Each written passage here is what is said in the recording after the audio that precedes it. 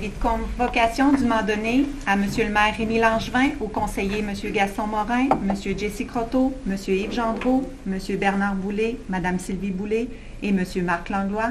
Séance ordinaire du conseil municipal de la ville de Montmagny, le 18 mars à 20h. Le projet d'ordre du jour suivant est proposé en ajoutant l'item 35, demande d'aide financière au programme Primo, et le retrait de l'item 27, adjudication de contrat pour la réfection de la piscine du camping Pointe-aux-Oies. Merci, Mme la greffière. Bonsoir à vous, les gens dans la salle. Ça me fait plaisir de vous recevoir ce soir. Après la semaine de relâche, eh bien, nous reprenons nos activités normales. Alors, tous les comités sont au rendez-vous, mais il nous manque ce soir 2 personnes à la table du conseil. Donc, j'excuse les absences de Mme Sylvie et puis de M. Bernard Boulay. Alors, ces personnes ils sont absentes ce soir pour des motifs qui ont été justifiés auprès des membres du conseil. Bonsoir également aux gens qui vont nous écouter par le truchement de la télévision. Et puis, nous sommes heureux que vous nous écoutiez comme à l'habitude. Et juste pour vous dire, n'ajustez pas votre appareil. C'est pas une mouche que j'ai sur le nez, c'est une petite intervention. Alors, si vous voyez des points noirs, là, c'est que vous n'êtes pas en difficulté, mais c'est bien, bel et bien un petit appareil chirurgical que j'ai sur le nez. Bon, alors voici, ceci étant dit. Alors, pour débuter notre séance ordinaire du 18 mars 2019, je prendrai un proposeur, s'il vous plaît. Je le propose. Alors, M. Yves Gendreau, appuyé de M. Gaston Morin. Alors, merci beaucoup. Alors, nous en serions à la consultation publique. Alors, nous avons deux dérogations à vous présenter, ainsi que 2 projets. Alors, je vais demander à M. Kevin Gagnon, qui est présent ici ce soir, de vous faire la présentation. Bonsoir, M. Gagnon. Bonsoir. Merci, M. le maire. Oui, je vais vous présenter ça. Le premier dossier, effectivement, une dérogation mineure pour le 165 rue Saint-Jean-Baptiste-Ouest. Alors, c'est un projet, en fait, qui consiste à la construction d'un bâtiment de 9 logements sur un terrain où il y a déjà un bâtiment de 8 logements. Et la dérogation vise tout simplement le stationnement, puisqu'il y aurait un stationnement commun, mais où les nombres de cases de stationnement ne seraient pas conformes. Alors, comme c'est mentionné, comme vous le voyez sur la diapositive, il faut calculer normalement 1,25 cases de stationnement par logement. Alors, pour 17 logements, soit les 8 logements déjà existants et les 9 futurs, on devrait avoir normalement 22 cases de stationnement et le projet présentement en offre seulement 17. Vous pouvez voir là sur les photos à la gauche, c'est le présent, c'est l'actuel. Alors on a un bâtiment avec 17 cases de stationnement et à droite le futur projet. Alors les 2 bâtiments qui sont en gris, le bâtiment là, qui est le plus vers le bas là, étant le nouveau bâtiment et qui partagerait tout simplement le stationnement déjà existant. Au niveau du comité consultatif d'urbanisme, il y a eu une recommandation au conseil au conseil d'accorder la dérogation mineure concernant justement à permettre 17 cases de stationnement, alors que la réglementation en prévoit seulement 22.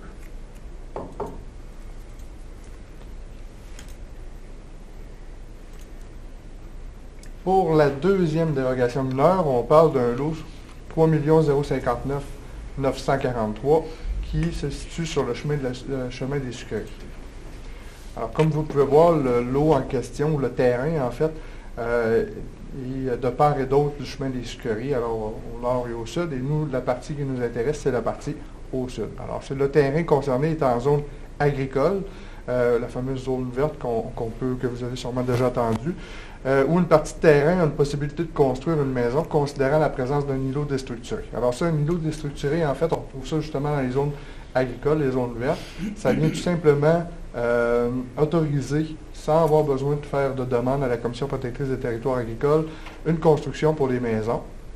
Alors, le demandeur souhaite donc vendre une partie de ce terrain pour permettre la construction d'une maison, mais doit aussi garder un accès pour la terre agricole à l'arrière de cette bande de terrain. Sa demande vise donc d'accepter un lotissement d'une rue privée d'une largeur de 12 mètres avec un cercle de virage de 15 mètres. Alors, comme vous pouvez le voir, là, on extrait un peu la partie qui nous intéresse. Et la partie en gris, habituellement, c'est une zone d'à peu près d'une profondeur de 60 mètres, là, le long du chemin des sucreries, où, justement, on a certaines possibilités. Et puis, tout simplement, comme vous le voyez sur la prochaine diapositive, la personne veut vendre un bout de terrain pour pouvoir permettre à un autre acheteur de faire la construction d'une maison et se garde, bien entendu, la partie arrière agricole. Et pour ce faire, pour se rendre, il y a un chemin d'accès qui doit être fait. Et comme c'est une rue, en fait, privée, il doit respecter habituellement le règlement de lotissement. Et dans ce cas-ci, il y avait une légère dérogation au niveau des largeurs, qui sont telles, en fait, au niveau du comité consultatif d'urbanisme, encore une fois, on recommande au conseil d'accorder la dérogation mineure concernant le règlement de lotissement 1200 pour la rue d'une largeur de 12 mètres au lieu de 15 mètres et d'un rayon de virage de 15 mètres au lieu de 18 mètres.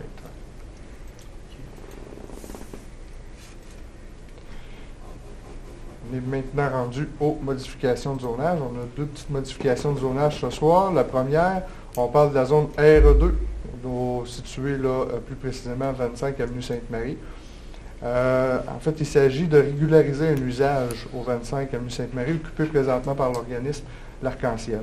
Présentement, l'organisme tient des activités de location de logements. En fait, on parle de 2 logements, d'hébergement à courte durée pour des personnes en déficience intellectuelle et aussi de camp de jour pour personnes en déficience intellectuelle.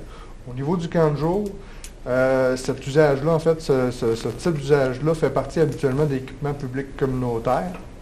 Et après vérification, la zone RE2, il semblerait que cette zone-là n'était pas permise. Là. Alors, on peut le voir avant et après, je vous l'ai zoomé. Tout simplement, c'est que ce n'était pas permis. On viendrait tout simplement régulariser, faire un ajout dans la grille de spécification pour autoriser ce type d'usage-là. Au niveau du comité consultatif d'urbanisme, il recommande au conseil municipal de modifier le règlement de zonage numéro 1100 afin d'ajouter l'usage équipement public communautaire dans la zone RE2.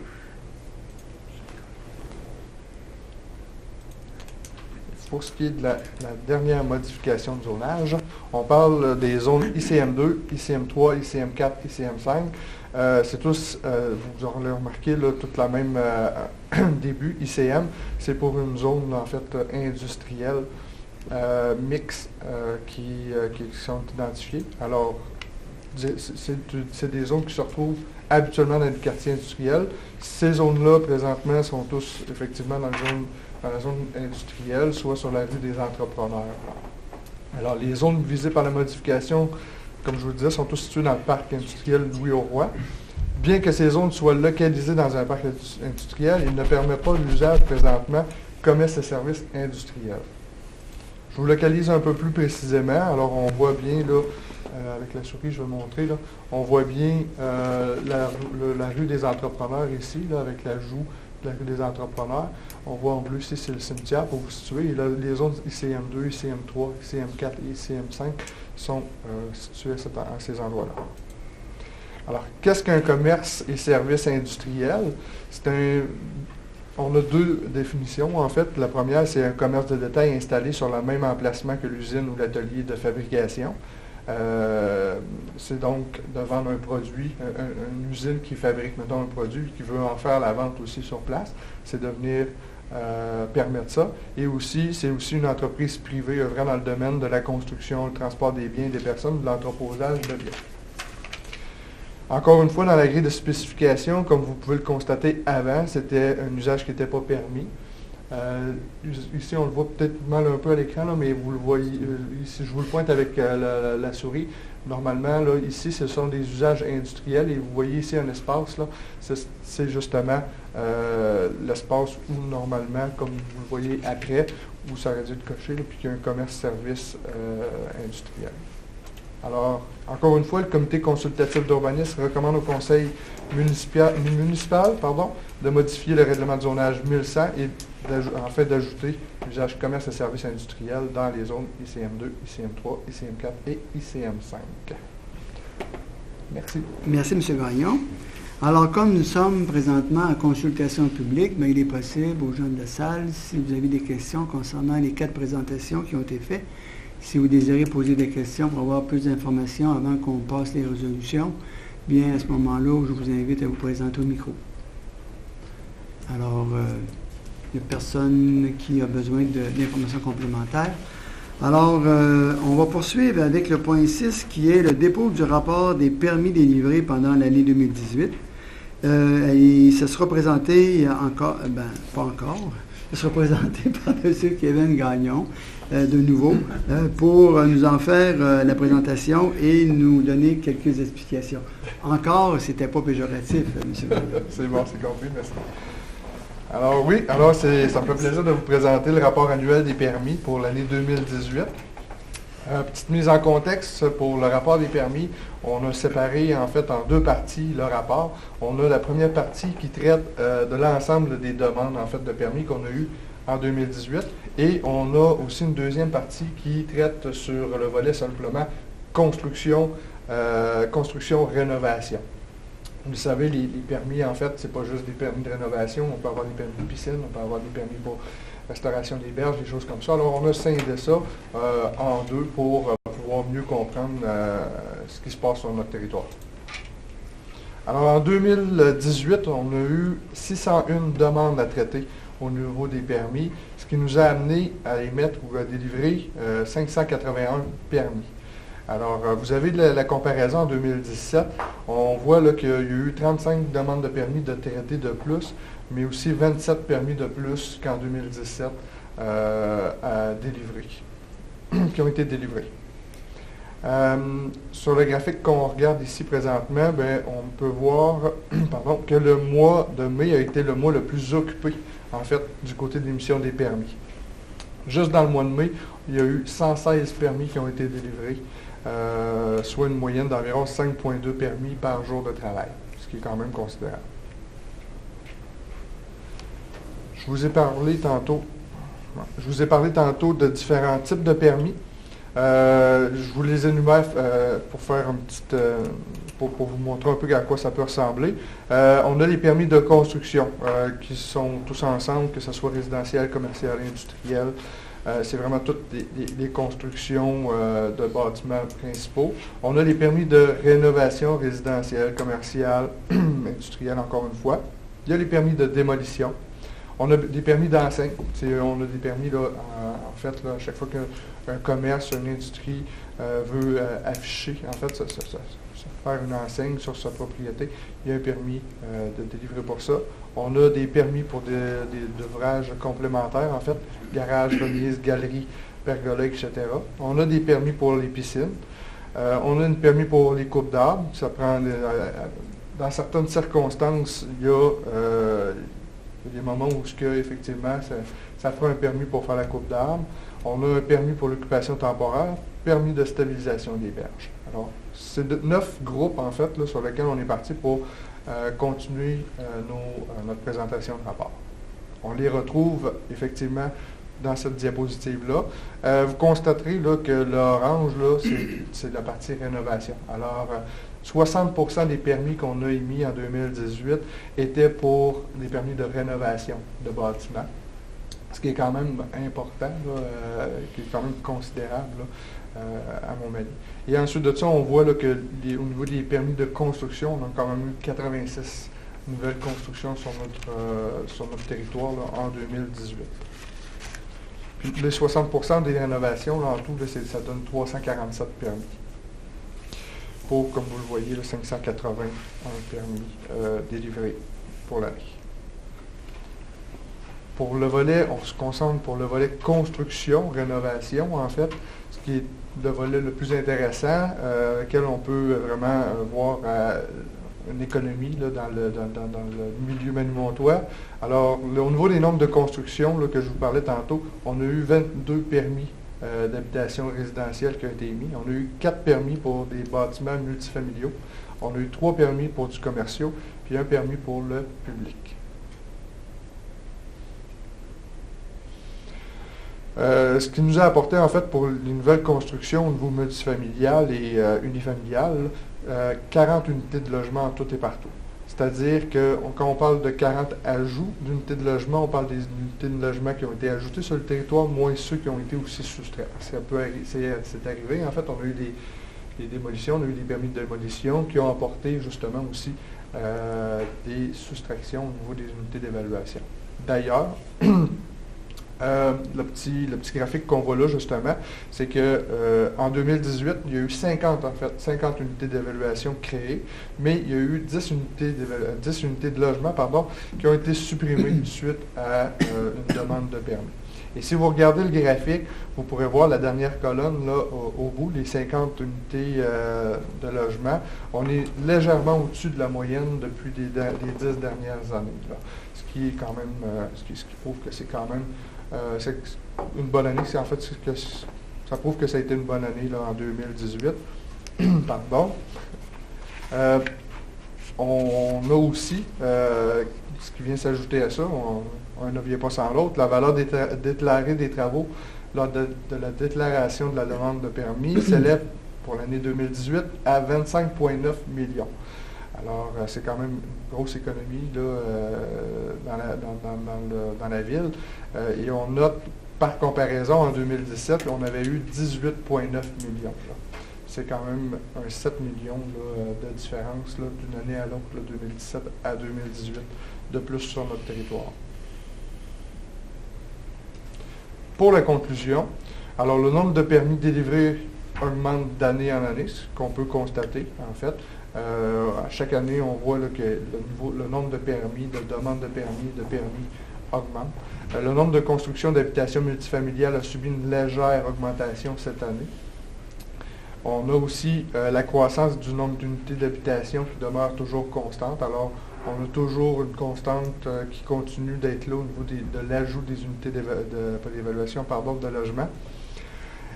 On voit effectivement qu'il y a une hausse de 7 millions qui est observée au niveau des travaux déclarés. Je répète que c'est des travaux qui ont été déclarés lors de l'émission de demande de permis. En somme, la majorité des permis émis par catégorie est en hausse. D'ailleurs, il y a un travail de sensibilisation là, auprès de la population à l'égard de la nécessité d'obtenir un permis qui a été lancé en 2018. En continuant cette sensibilisation-là pour les années à venir, on espère en fait avoir encore plus une meilleure en fait connaissance du développement de notre territoire, autant au niveau des bâtiments que de l'économie. Ça nous aide aussi en fin de statistiques. Et pour ça, on va continuer à faire de la sensibilisation. Vous l'avez sûrement déjà vu.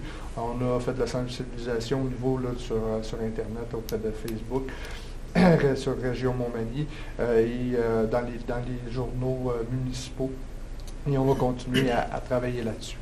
Et pour finir, en fait, l'émission des permis a généré un revenu de 24 642 $ pour cette année, tandis qu'en 2017, on avait généré un revenu de 20 203 $.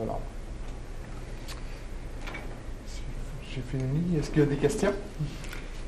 Bien, je peux peut-être faire un commentaire. Oui. D'abord, M. Gagnon, un très beau rapport, bien présenté, qui est clair. Moi, j'en ai fait un commentaire et plusieurs autres membres du Conseil l'ont fait également. C'est qu'on le trouve très accessible pour une bonne compréhension et puis intéressant aussi à lire, qui nous donne rapidement là, l'information. Et comme vous l'avez dit, bien l'importance de demander un permis, ça revêt plusieurs points. D'abord, de savoir, oui, quand on dit permis, c'est aussi qu'est-ce qui est permis de construire. Et en même temps, de connaître aussi les limites de ce qu'on peut avoir dans notre projet par rapport à l'ensemble du plan d'urbanisme. Mais en même temps, ça vous permet d'avoir de l'information sur les bons matériaux à utiliser lors de votre construction ou de votre rénovation.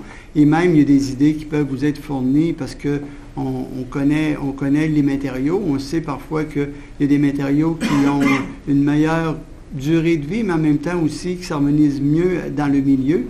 Et aussi, ça vous permet peut-être même de venir chercher, quand vous demandez des permis de rénovation de construction, de venir chercher certaines aides financières qui sont disponibles. Alors, ça nous permet de vous informer qu'est-ce qui est possible pour vous d'aller chercher en matière d'aide financière dans certains projets. Alors, vous avez tout avantage et on a tous avantage ensemble de travailler pour mieux harmoniser notre développement. Et il faut aussi savoir que l'offre des terrains, bien, on a des projets qui vont s'annoncer bientôt. Alors, on va avoir le plaisir de vous informer qu'il y a des opportunités de construction qui vont être à votre portée dans les prochaines semaines. Alors, ça aussi, bien, en venant consulter le service, bien, ça vous permet de savoir quelles sont les opportunités qui vous est permises pour vous construire éventuellement, puis de choisir le meilleur site qui répond à vos besoins. Alors, c'est un service qui est très utile pour une municipalité, mais en même temps aussi pour vous, les citoyens qui avaient des projets. Monsieur le maire, je Oui. voudrais Oui, monsieur. enchaîner un petit peu sur vos propos. Oui. On a un service aussi, mais c'est de se prendre d'avance aussi pour les Oui. travaux. Donc, les gens qui sont déjà prêts à effectuer les travaux, bien, demander des permis d'avance parce qu'on voit, selon la colonne, le mois de mai était quand même un mois qui est assez actif. Ça permet de désengorger le service en même temps, de se prendre d'avance, c'est quand même important. Si vous êtes déjà décidé dans vos travaux, bien, ça permet à l'équipe, à M. Gagnon, de faire un travail plus exhaustif. Parfait. Et puis, effectivement, au mois de mai, pas de vacances, M. Gagnon. Alors, merci encore. Merci. Alors, nous pouvons poursuivre avec les dépôts des différents rapports. Excusez-moi. Alors, à l'item 7, dépôt du rapport des dépenses autorisées en vertu du règlement décrétant les règles de contrôle et de suivi budgétaire pour la période finissant le 14 mars 2019. Item 8, dépôt de la liste datée du 14 mars 2019, énumérant les personnes engagées en vertu du pouvoir délégué au directeur général, conformément à l'article 73.2 de la loi sur les cités et villes. À l'item 9, dépôt du registre daté du 15 mars 2019, énumérant les occupations du domaine public autorisées en vertu du règlement numéro 1066 concernant l'occupation du domaine public de la ville de Montmagny. Merci, Mme la greffière. Donc, comme je dis souvent, là, ces dépôts de rapports-là, bien, ils ont été d'abord analysés par les membres du Conseil. Ça nous a permis de poser des questions et d'avoir des réponses. Et ce soir, bien, on fait le dépôt pour vous offrir la possibilité de les consulter si vous avez un besoin de le faire. Alors, merci, Mme la greffière. Alors, on poursuivrait avec la résolution numéro 10, s'il vous plaît. Alors, pour l'item 10, d'approuver le procès-verbal de la séance ordinaire du 18 février 2019. Les membres du Conseil déclarent l'avoir reçu copie du dit procès-verbal conformément à la loi et déclarent l'avoir lu et renoncent à sa lecture. L'item 11, de confirmer le versement de contributions à divers organismes à but non lucratif, totalisant un montant de 348 $ selon les modalités et pour les activités ou raisons ci-après décrites, et d'autoriser le paiement des diverses dépenses du conseil municipal. L'organisme Entraide Pascal Taché, l'achat de 2 cartes pour un total de 100 $. L'Association Québec-France, un achat de 2 cartes pour un montant de 110 $. Et la garderie Le Farfadet, le remboursement d'une location de la salle pour un montant de 138 $. D'autoriser en conséquence le paiement des dépenses entourant la participation des membres du conseil concerné aux dites activités. L'item 12, de verser à les enfants de cœur le deuxième versement de 7 500 $ pour permettre le paiement de certaines dépenses reliées au projet de l'entretien du sentier urbain et du sentier multisport pour le restant de la période hivernale. Que la Ville de Montmagny maintienne l'obligation à l'organisme de transmettre son rapport et son bilan des dépenses encourues pour l'entretien des sentiers. L'item 13, d'amender la résolution 2018-459 établissant le tarif payable par la Ville de Montmagny à tous les transporteurs dont elle requiert les services pour le transport de neige en vrac ramassé dans les rues et places publiques sur son territoire à 1,65 $ du mètre cube du 1er mars au 31 décembre 2019 et à 1,69 $ du mètre cube à compter du 1er janvier 2020 jusqu'au 30 avril 2021. Merci, Mme la greffière. Alors, concernant l'aide, la subvention, le deuxième versement là, pour les enfants de cœur, concernant l'entretien du sentier urbain multisport, bien, il faut d'abord souligner le beau travail que ces bénévoles ont fait depuis le début de l'hiver aussi la satisfaction des gens à l'utiliser. Et puis, ça fait le bonheur des gens de chez nous et aussi des environs. Alors, c'est pour nous une belle initiative pour laquelle nous sommes très heureux d'aider financièrement. Alors, ce deuxième versement-là va leur permettre de pouvoir continuer à poursuivre leur engagement et puis à vous, bien, d'en bénéficier. Donc, pour ces 4 résolutions, je prendrai un proposeur, s'il vous plaît. Je les propose, M. le maire. Alors, M. Marc Langlois, appuyé de Je vais l'appuyer, M. le maire. M. Jesse Croteau. Est-ce qu'il y a des commentaires, des questions? Non. Adopté? Adopté. Merci. Alors, pour l'item 14, d'autoriser la directrice des travaux publics et des infrastructures ou son représentant à ajouter une interdiction de stationnement devant l'école Saint-Thomas, située sur la 7e rue, à partir du stationnement de celle-ci et d'au moins 10 mètres, à l'exception des autobus, d'autoriser la directrice des travaux publics et des infrastructures ou son représentant à ajouter une signalisation appropriée et conforme au Code de la sécurité routière, de manière à interdire le stationnement de 7h30 à 8h15 et de 14h45 à 15h30 du mois de septembre au mois de juin. De transmettre copie de la présente résolution à la Sûreté du Québec, de même qu'au service des travaux publics et des infrastructures.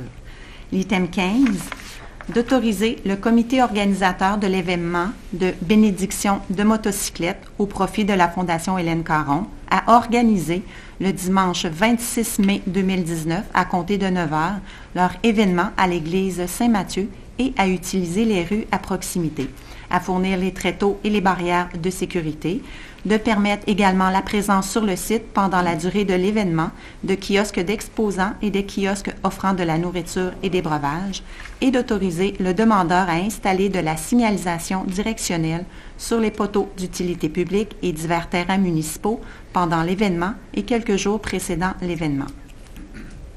Merci, Mme la greffière. Alors, concernant l'ajout d'interdiction de stationnement, bien, auprès de l'École Saint-Thomas, c'est à la demande de la direction pour la sécurité des jeunes. On comprend bien que c'est pendant la période scolaire. C'est sous recommandation que le Conseil accepte d'ajouter ces interdits de stationnement. Et concernant l'événement de bénédiction des motocyclettes, bien, c'est la 2e édition. L'an passé, il y avait eu plus de... 650. Oui, allez-y donc, monsieur Marc, vous aviez participé l'an passé, je crois bien.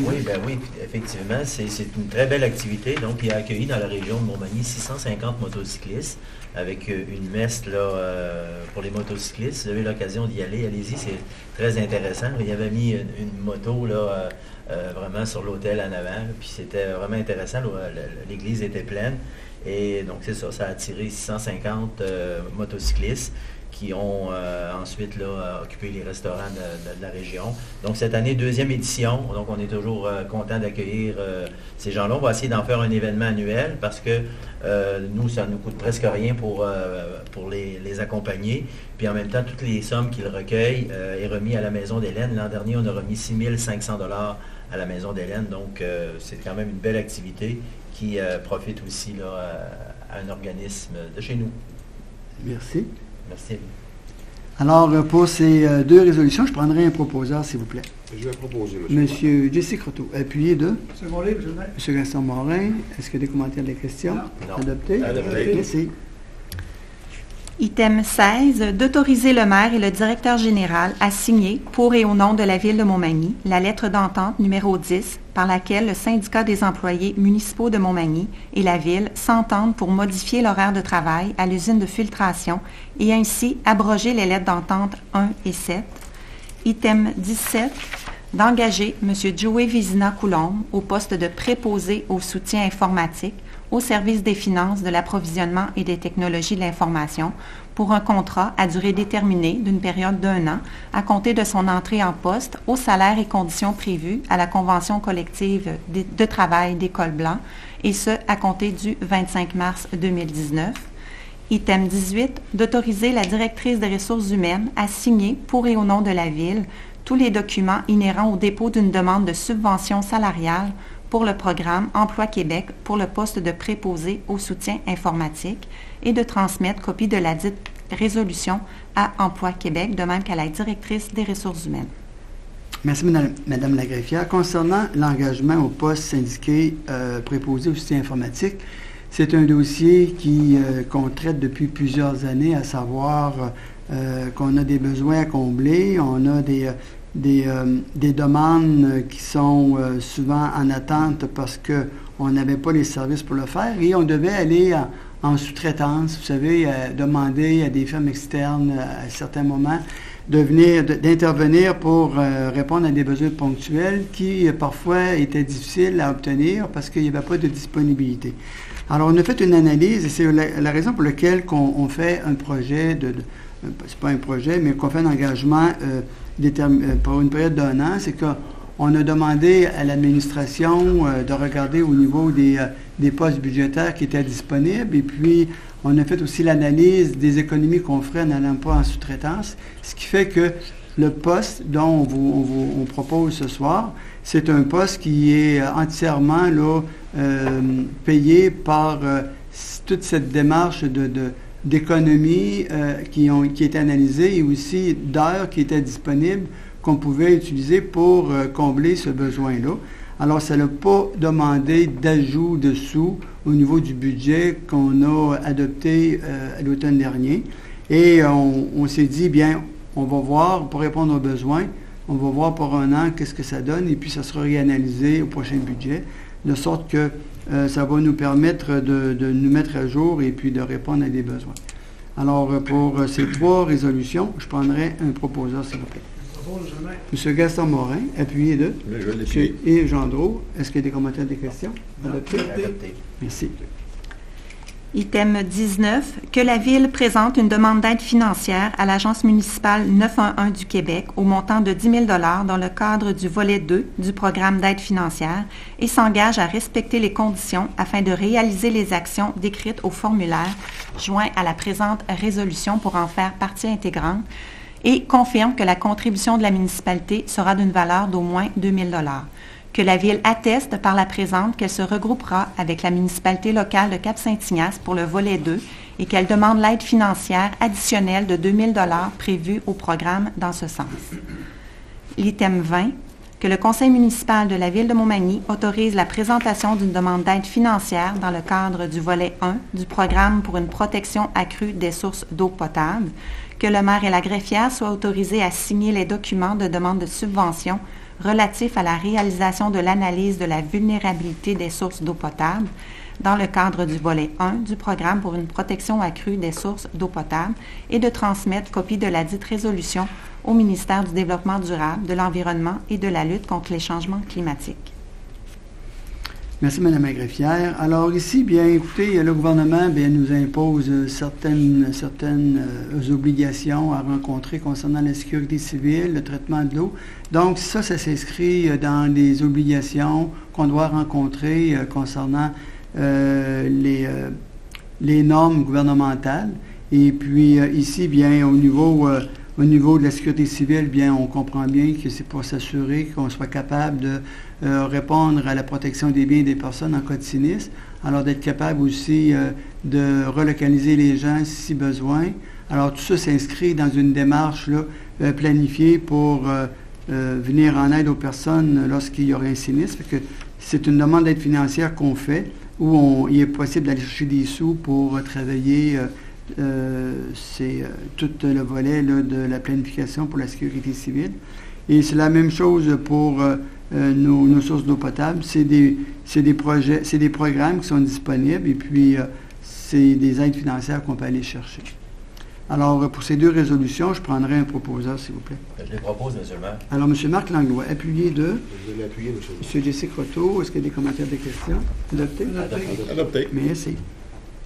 L'item 21, d'autoriser le directeur général à formuler, pour et au nom de la Ville de Montmagny, une demande d'aide financière dans le cadre du programme Accès au plan d'eau pour la pêche récréative, volet A, pour le projet suivant, construction ou rénovation de la descente de bateaux dans le secteur de l'avenue des Canotiers, et d'autoriser le directeur général à agir, pour et au nom de la Ville, pour le dépôt du formulaire de demande d'aide financière auprès du ministère des Forêts, de la Faune et des Parcs et signer tout document nécessaire afin de donner effet aux présentes. L'item 22, d'autoriser le coordonnateur aux activités culturelles et patrimoniales à formuler, pour et au nom de la Ville de Montmagny, une demande d'aide financière dans le cadre du programme Fonds de développement de la Chaudière-Appalaches pour le projet suivant: l'extension du sentier de Loi Blanche pour une aire d'observation et de gagnage de la sauvagine à Montmagny, d'autoriser le coordonnateur à agir pour et au nom de la Ville pour le dépôt de la demande d'aide financière auprès de Tourisme Chaudière-Appalaches et de signer tout document nécessaire afin de donner effet aux présentes, que la Ville de Montmagny confirme sa participation financière à ce projet pour la somme de 50 000 $, dont un montant de 35 000 $ a déjà été approprié pour le prolongement de ce sentier. Le montant résiduel de 15 000 $ sera approprié en immobilisation pour l'année 2020. Merci, Mme la greffière. Alors, je me dois de vous donner un peu d'explication concernant la demande d'aide financière pour l'accès au plan d'eau pour la pêche récréative. Ça, c'est dans le secteur du bassin. Alors, on travaille présentement sur le projet de revoir la descente à bateau. Et présentement, eh bien, on sait qu'il y a un programme qui nous permettrait d'acheter des sous pour faire les études de la relocalisation ou du réaménagement de notre descente à bateau actuelle dans le secteur de l'avenue des Canetiers. Alors, cette demande d'aide financière-là nous permettrait de payer une bonne partie des études pour lesquelles on sait qu'on devra débourser un certain montant d'argent. Et puis, concernant l'autre demande d'aide financière pour l'aménagement d'un sentier dans le secteur du Marais, ça s'inscrit, vous savez, on a fait une consultation publique au début de notre mandat qui nous indiquait que les gens, ce qu'ils voulaient, c'est d'avoir accès au fleuve, d'avoir accès à la nature. Alors, vous savez, on a travaillé sur un plan, sur une vision de développement dans ce secteur-là qui nous amènerait éventuellement jusqu'à la pointe à la Caille. Alors, le projet de développement qui nous a été présenté se présente sous forme de 3 boucles de développement. Et puis, le secteur pour lequel on fait une demande présentement, c'est pas la boucle juste à côté des marais qui sont déjà aménagés pour des observations. Alors, il y a une boucle qui se continuerait dans ce secteur-là qui nous permettrait encore de mieux valoriser ce secteur et de permettre aux gens de pouvoir avoir encore davantage accès au fleuve, de s'y approcher et d'avoir le plaisir d'observer nos oiseaux migrateurs et puis d'avoir aussi un centre d'interprétation de la nature dans ce secteur-là, ce qui fait que ça viendrait bonifier l'offre touristique également. Alors, c'est dans cet esprit-là que nous formulons cette demande d'aide financière. Et puis, cette planification-là s'ajoutera au fil des ans avec les sous qui seront disponibles pour réellement dire qu'à Montmagny, on a accès au fleuve de la pointe aux Oies à la pointe à la Caille, et puis en souhaitons-le, en faisant une belle boucle pour revenir éventuellement sur l'aménagement de notre boulevard Taché, ce qui permettrait d'avoir un beau sentier urbain de 15 km pour les Magny-Montois et nos visiteurs. J'avais le goût de vous le dire parce que c'est la vision qu'on a, puis quand les jeunes nous demandent « Avez-vous de la vision un peu pour permettre aux gens d'avoir accès au fleuve », bien, on n'a pas souvent l'opportunité de le dire, fait que ce soir, bien, l'opportunité m'était donnée de le faire. Alors, soyez sans crainte, on travaille pour répondre à vos attentes dans le cadre des fêtes du 375e, et ça, c'est une étape parmi d'autres étapes qui vous seront présentées ultérieurement. Alors, ceci étant dit, je prendrai un proposeur pour ces 2 résolutions, s'il vous plaît. Je le propose. M. Gendreau, appuyé de M. Gaston Morin. Est-ce qu'il y a des commentaires, des questions? Non, adopté. Merci. Item 23, dans le cadre de l'adjudication de contrat pour la fourniture d'une camionnette, de rejeter la soumission la plus basse de La Pointe Automobile Inc., puisqu'elle est non conforme au devis d'appel d'offres, d'adjuger à Fréchette Ford Limited le contrat pour la fourniture d'une camionnette neuve pour le prix de 45 254,16 $, taxes incluses, cette soumission étant la 2e plus basse mais conforme au devis. Les documents d'appel d'offres, le devis, la soumission de l'adjudicataire et la présente résolution constituent l'entente liant les parties. Pour l'item 24, d'adjuger à la boutique du plongeur Triton Limité le contrat d'achat d'une station d'air respirable pour le service de la sécurité incendie et de la sécurité civile pour le prix de 87 955,88 $, taxes incluses, cette soumission étant conforme au devis. d'affecter une somme de 8 610 $ à partir de l'excédent financier cumulé non affecté et de déposer cette somme dans le projet 2018-040. Item 25, d'adjuger les contrats suivants pour la fourniture et la livraison au chantier des matériaux granulaires et de remblai nécessaires aux divers travaux municipaux, soit, premier contrat à les entreprises GRM Morin, le contrat pour la fourniture et la livraison de matériaux granulaires pour fondation de chaussée MG20 au prix de 13,96 $ la tonne métrique, plus toute taxe applicable, et le contrat pour la fourniture et la livraison de terreau au prix de 26,95 $ la tonne métrique, plus toute taxe applicable. Deuxièmement, d'octroyer à Transport Gilbert Thibault Inc. le contrat pour la fourniture et la livraison de matériaux granulaires pour assises et enrobage, CG14, au prix de 10,80 $ la tonne métrique, plus toute taxe applicable.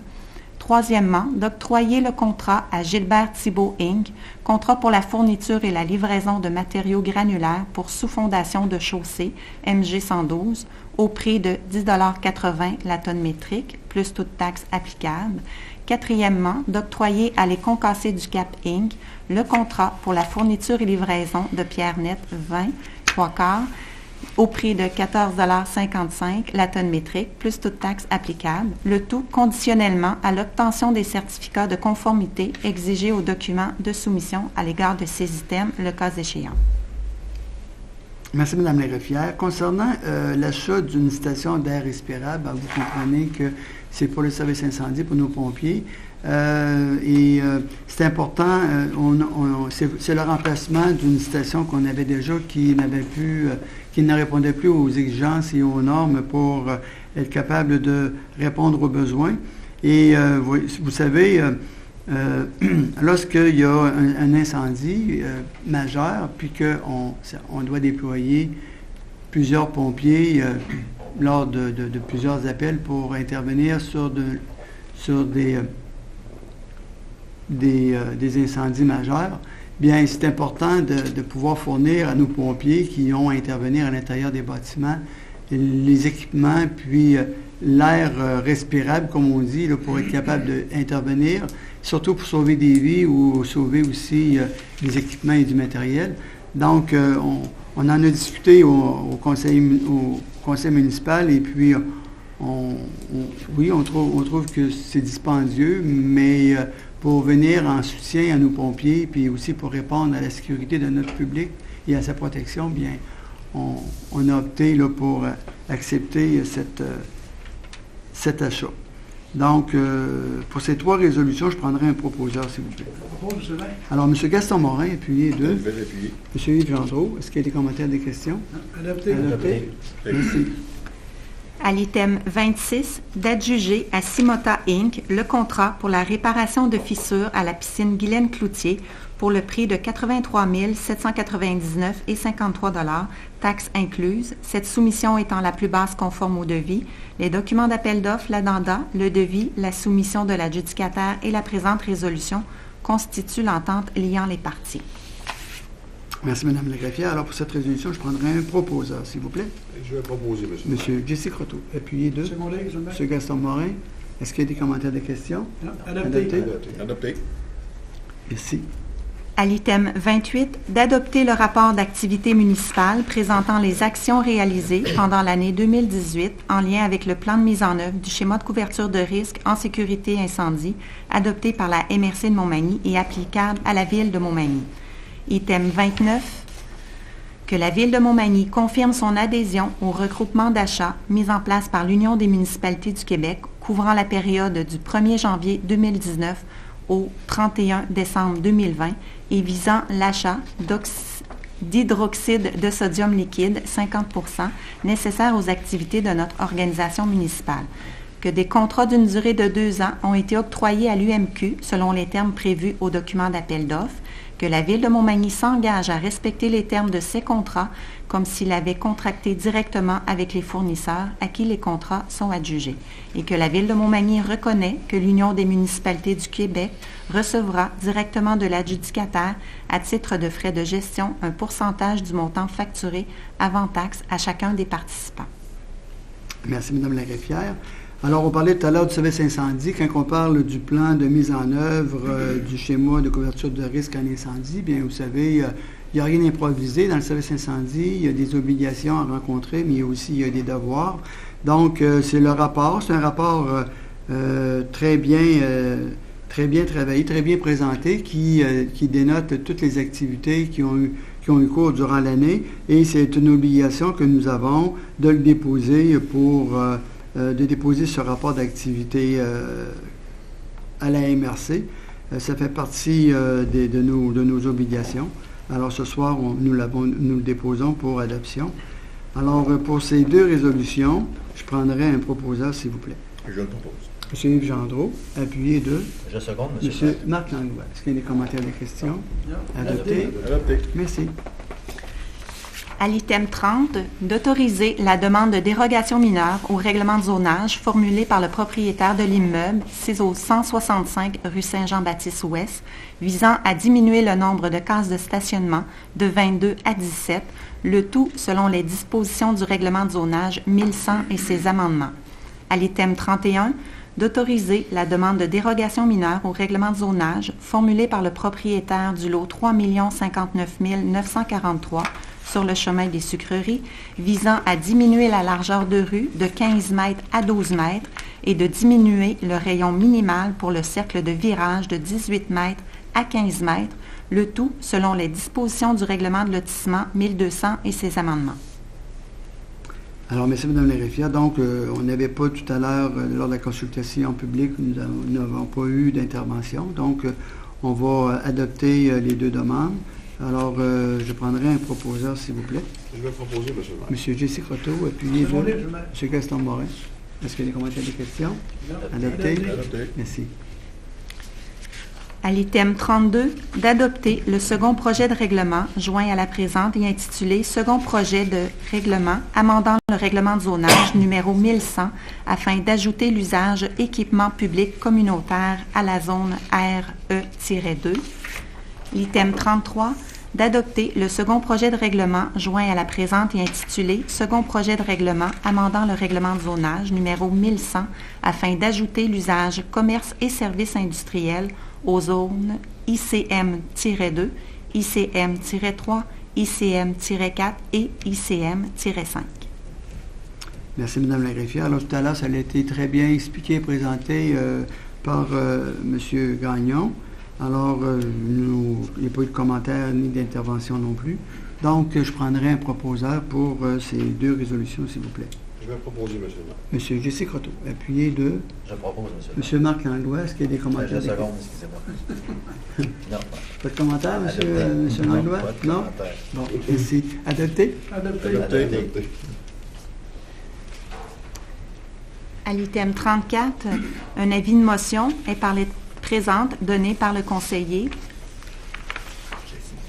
M. J.C. Croteau, qu'à une prochaine assemblée, un règlement sera présenté pour adoption, lequel a pour but d'amender la tarification à 60 $ pour un certificat ou une confirmation de taxe, tel que décrit à l'annexe 1 du règlement numéro 1210.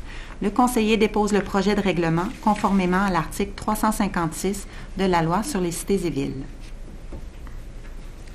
À l'item 35, l'ajout à l'ordre du jour de ce soir, que la Ville de Montmagny s'engage à respecter toutes les modalités sur le programme Primo du guide qui s'applique à elle, que la Ville de Montmagny s'engage à payer sa part des coûts admissibles et des coûts d'exploitation continue associés à son projet au programme Primo, que la Ville confirme qu'elle assume tous les coûts non admissibles et les dépassements de coûts associés à son projet, que le Conseil municipal autorise le dépôt de la demande d'aide financière au programme Primo. Alors ici, le projet dont on parle, c'est celui de la réfection de l'avenue du Quai. On avait présenté lors de notre dépôt de notre budget, on avait présenté dans le cadre de notre plan d'immobilisation la réfection de l'avenue du Quai, des Canetiers, pas des Canetiers, l'avenue du Quai, voyons, je cherche les noms. Des accords et des îlets. Merci, M. Gendreau. Et puis, on souhaite toujours faire des travaux majeurs en utilisant des aides financières.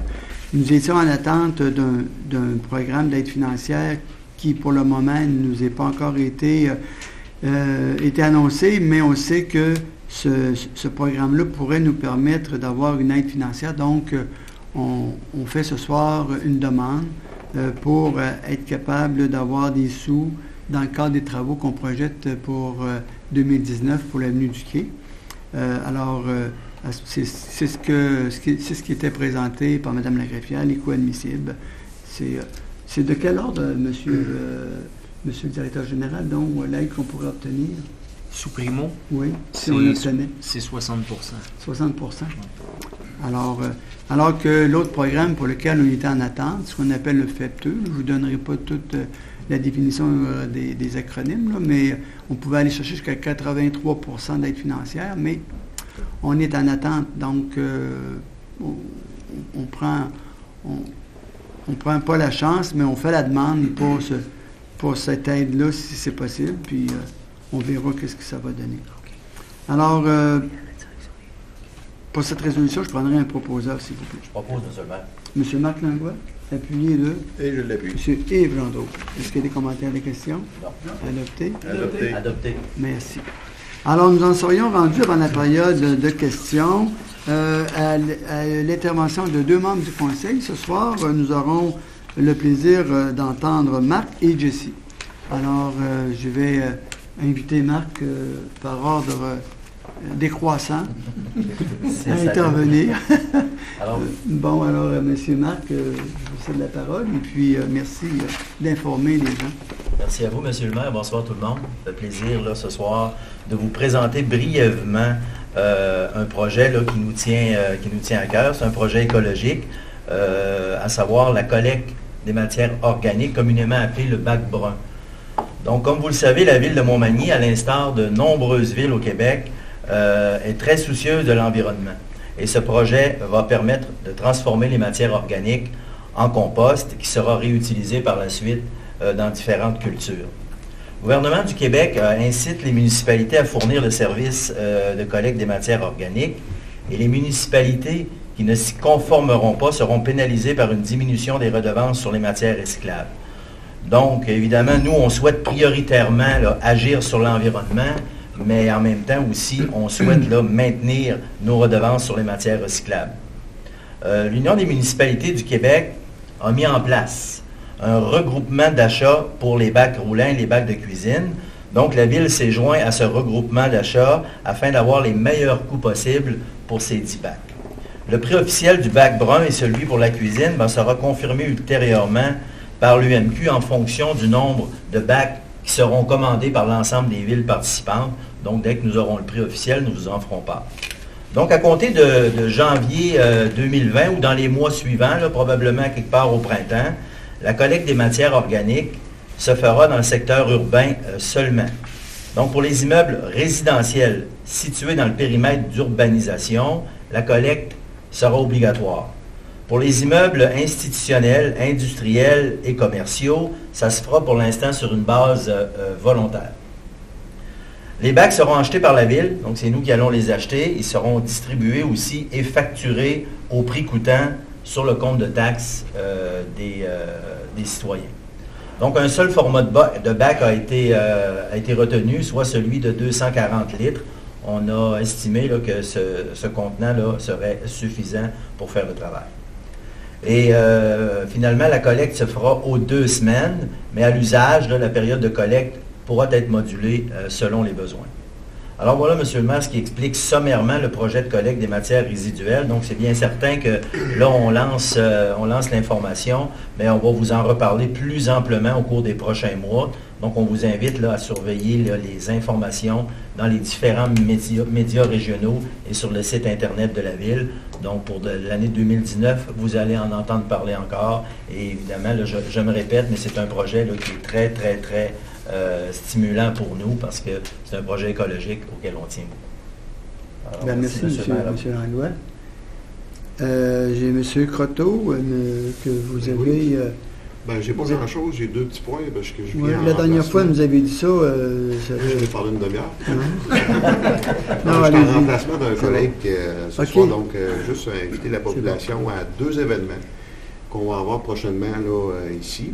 Donc, la première chose, c'est l'Assemblée générale de la Société d'histoire qui va avoir lieu le 27 mars, ici même à l'Hôtel de Ville. Et puis,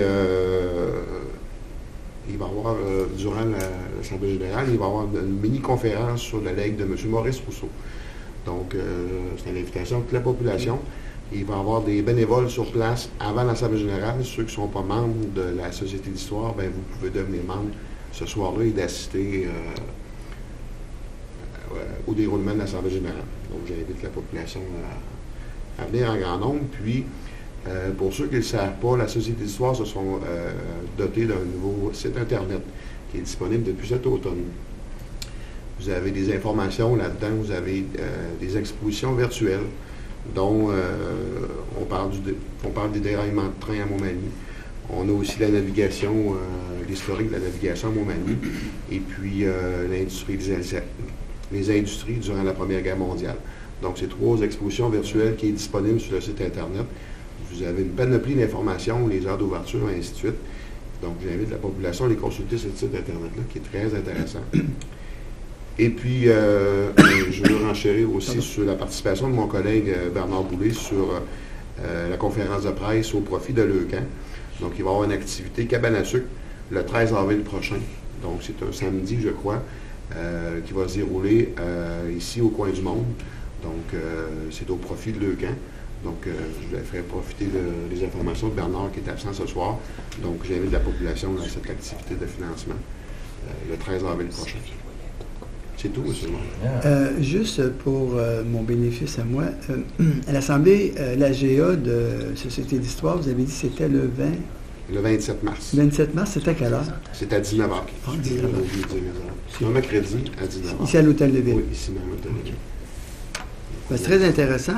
L'an passé, pour y avoir participé, c'est quand même une belle rencontre où on nous fait une page d'histoire et puis ça nous permet aussi de découvrir parfois, là, quand vous avez cité les usines et tout ça, là,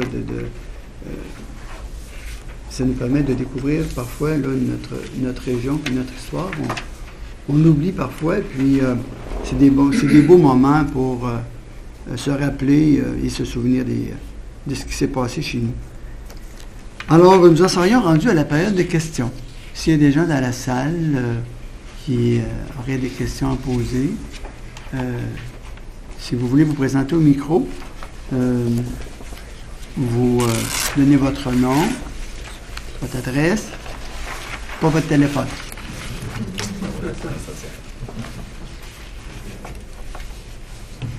Bonsoir à vous tous. Jeannot Godreau, 517 Chemin du Golfe à Montmagny. Bonsoir, M. Godreau. Oui, c'est sur une réflexion que j'aurais à faire justement concernant la séance du Conseil du 4 février dernier. Est-ce que je peux intervenir dans ce sens-là? Est-ce que c'est une question, M. Godreau? Oui, c'est une question. OK. C'est une question, je vais la prendre. J'ai dit, ça concerne justement le point 25, concernant justement la demande à la Commission pour un renouvellement de carrière et de sablière. OK. Là, vous nous référez à une autre séance. À la séance du 5 février dernier. OK. Alors, 4 février, excusez-moi, 4 février dernier. OK. On va prendre votre question, on va voir si on peut y répondre. Oui, là. justement. De toute façon, j'ai ici l'ordre du jour. OK. Dans l'ordre du jour, justement, ça figure comme ça. Mais on a oublié justement un ajout, à mon avis, qui était très important. C'est l'ajout, justement, de changer un petit peu, pas de changer, mais de rajouter justement une vocation supplémentaire à cette carrière-là. Celle de justement d'entreposage de résidus, comme le ciment, le béton, la brique, et aussi l'asphalte. L'asphalte, vous en savez quelque chose par rapport au projet qui avait été avancé justement pour un plan d'asphalte du chemin du Golfe. On ne voudrait pas non plus que ce soit l'inverse, qu'on reçoive l'asphalte au lieu de la livrer. Ça fait que c'est pour ça que je regrette, je trouve ça regrettable de votre part de ne pas avoir mis sur l'ordre du jour cet ajout-là, très important à mon avis. C'est un ajout qui à mon avis, c'est pour nous, résidents du chemin du Golfe, ça prend toute une importance parce que c'est un va-et-vient supplémentaire qui va se... Mais je sais pas, je comprends, j'ai je comprends pas. J'ai ici, lors du jour, M. le maire, si vous voulez en prendre connaissance. Voulez-vous le donner à M. Merci, le greffier? Je ne comprends pas. Est-ce que vous pouvez répondre, vous? Ou je dois comprendre que c'est, peut-être si c'est pour la greffière, mais je dois comprendre que c'est pour le renouvellement d'autorisation d'exploitation d'une carrière sablière, puis vous semblez dire qu'il y aurait eu ajout d'une activité aussi de recevoir des résidus de béton, d'asphalte ou de C'est en briques. plein ça, puis de concassage aussi. Ces trois items-là, justement, ne figurent pas, justement, dans l'ordre du jour. Ça fait qu'à ce moment-là, j'ai été, par la force des choses, on a été un petit peu surpris quand j'ai visionné justement le site de la ville, le procès-verbal qui a été énoncé pour cette demande-là. On a vu justement que cet ajout-là ne faisait pas partie de l'ordre du jour, alors qu'elle aurait dû faire partie de l'ordre du jour. Le titre est mentionné renouvellement, carrière et sablière. C'est La ça. lecture, le 4, vous avez écouté la séance télévisée du 4 février, puis la lecture de la résolution mentionnait davantage que le J'étais titre. ici présent, OK. d'ailleurs, puis j'ai dit, c'est au moment justement de visionner le procès-verbal de cette séance-là que j'ai vu que justement cet ajout-là figurait. Mais ça a été lu en séance publique, le contenu de la résolution. C'est sûr que le titre doit rester, il ne peut pas être Oui, exhaustif. absolument, mais j'ai dit, je pense par rapport à ça, cet ajout-là, ça aurait été important justement qu'il aurait été mentionné sur l'ordre du jour à la séance du 4. Mais j'ai pas mémoire du contenu de la résolution, mais on examinera en ce qui était un simple renouvellement d'un ajout avec nos gens au niveau greffe, urbanisme, voir les implications au-delà du simple renouvellement. OK. Puis on aura l'occasion, on a les coordonnées de monsieur Jeannot Godreau, puis on pourra assurer un suivi. D'accord. Parce que là, j'avais juste les numéros de l'eau qui figuraient. Moi, quand vous avez élaboré un petit peu sur cet item-là, pour moi, c'était les concassés du cap, alors que j'ai vu là, justement que ça ne concernait pas du tout, c'était justement un autre entrepreneur. Mais c'est juste les numéros de l'eau qui figuraient. Les numéros de l'eau, aujourd'hui, même les vies, je ne m'en rappelle pas par cœur, ça fait que c'est pas évident de retracer, justement. Mais quand on a eu affaire, justement, des renouvellements de permis, la plupart du temps, c'est les concassés du cap qui étaient, justement, les instigateurs de ces demandes-là. Ça fait que c'était bien mentionné dans l'ordre du jour, justement, lors de ces renouvellements de permis-là, qui les demandait, alors que sur celui-là, il n'y a rien qui... cette demande-là, il n'y a pas de propriétaires qui sont mentionnés, sauf les numéros de l'eau. Monsieur Godreau, comme M. Michaud a mentionné, on va faire des vérifications, on va vous revenir avec ça, puis en même temps aussi, j'aurai plus de précision. Là, je vous entends, mais je visualise pas, là, ça fait qu'on va faire des vérifications. Vous savez, l'Assemblée houleuse qui a eu un petit peu le Oui, tout à fait. On a été limité par la période de questions, puis moi, ça n'a pas soulevé mon intérêt par rapport à ça. Pour un renouvellement de permis d'exploitation de sablière carrière, c'est pas du nouveau chez Médigot, c'est à peu près juste ça qu'on a. C'est pour ça que dans le fond, cet ajout-là, moi, ça m'a piqué un peu. Là. On fait des vérifications, M. Godreau, puis on va vous revenir. Un gros merci. Merci à vous. Merci.